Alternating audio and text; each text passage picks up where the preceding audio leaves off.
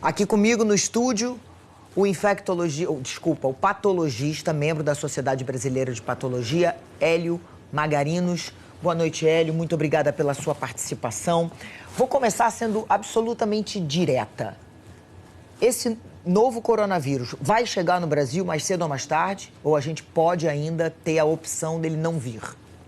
Boa noite, Leilane. Boa noite a todos.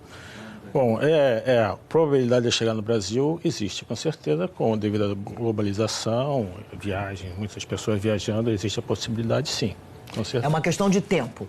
Aí eu lhe pergunto, nós estamos preparados para enfrentar esse momento?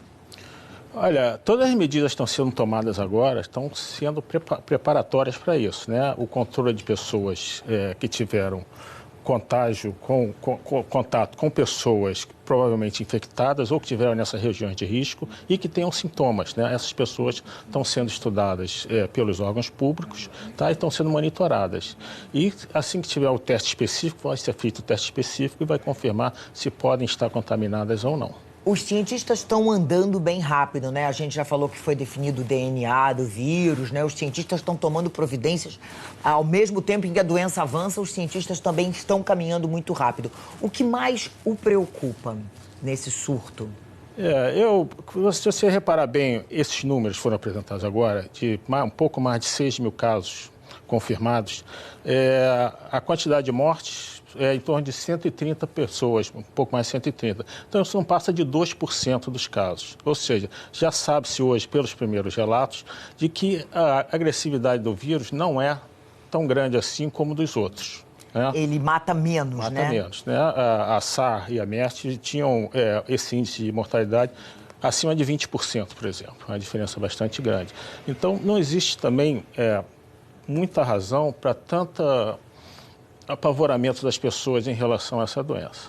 A gente vem falando muito sobre isso. É claro que os números assustam pela velocidade com que os novos casos aparecem, né? Mas a gente sabe que vários fatores, esse da letalidade é um fator que dá um certo alívio, enfim, em que os médicos estão correndo. O senhor acredita que sai uma vacina?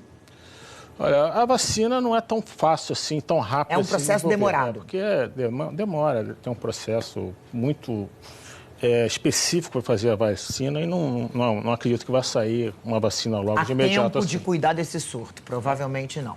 Professor, a gente pediu que os nossos assinantes mandassem perguntas. Eu vou ler aqui. Levi Silva. O fato do Brasil estar na estação do verão diminui o risco de contágio de uma pessoa para outra? É possível haver um surto maior quando estivermos nos meses de inverno do hemisfério sul? O que faz com que nós tenhamos maior quantidade de casos no inverno, nos meses mais frios, é justamente que as pessoas costumam se aglomerar mais em ambientes fechados, né? Isso facilita a transmissão do vírus, que normalmente é feito por gotículas ou pelo ar. Por isso, essa situação é mais grave no hemisfério norte, onde, nesse momento, é inverno. Exato. Agora, algumas pessoas falam que o ápice da crise nem começou, né? Vai ser em abril, né? O senhor acha que pode durar até os meses do inverno aqui no nosso país? Não dá para prever ainda exatamente como é que vai se comportar, mas... Vamos ver a próxima pergunta, então? O coronavírus é um vírus novo ou alguma mutação de um vírus já existente? Na verdade, o coronavírus é um vírus já antigo. Ele começou a ser descrito na década de 60, mas ele tem vários subtipos, né? Tem alguns subtipos já conhecidos, são subtipos que causam doenças como uma gripe comum, e tem alguns subtipos que causaram doenças mais graves, como o SARS e o MERS, que também são coronavírus. Esse é um novo subtipo que foi descrito agora. Uma vez que ele é um novo subtipo, a vacina teria que ser específica. Exato. Nada é o mesmo tratamento. Os tratamentos são os mesmos?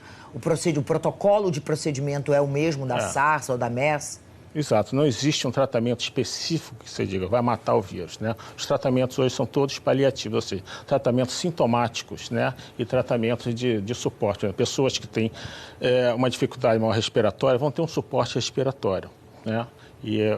Pessoas que têm febre, dor e tal, vão ter uma medicação para isso. A Ana Mendes pergunta como devemos nos proteger em lugares onde há aglomeração de pessoas. É aquela coisa, carnaval chegando, né? Mas tem que ver que tem que saber quais são os casos realmente suspeitos, né?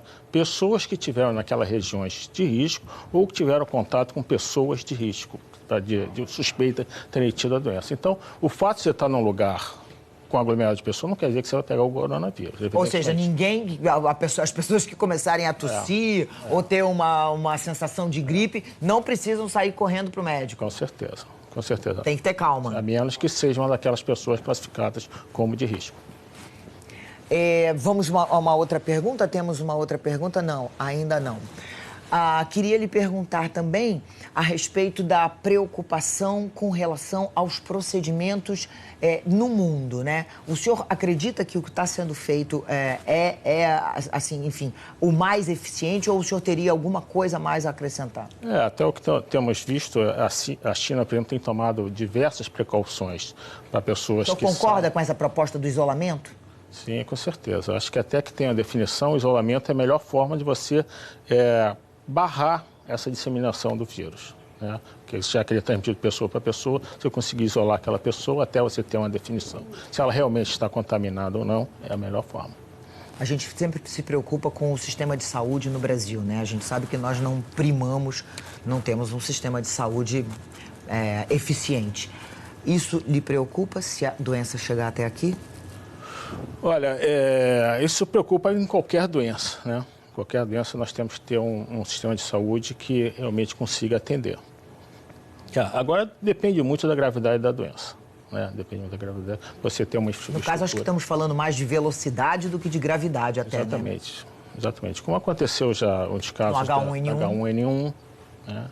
As coisas, então, eu acho que... A própria dengue, a gente viu aí, exigiu um esforço, Exatamente. Hospitais de campanha, muita coisa precisou ser montada. Sempre que se tem mais tempo para se preparar, é muito mais fácil.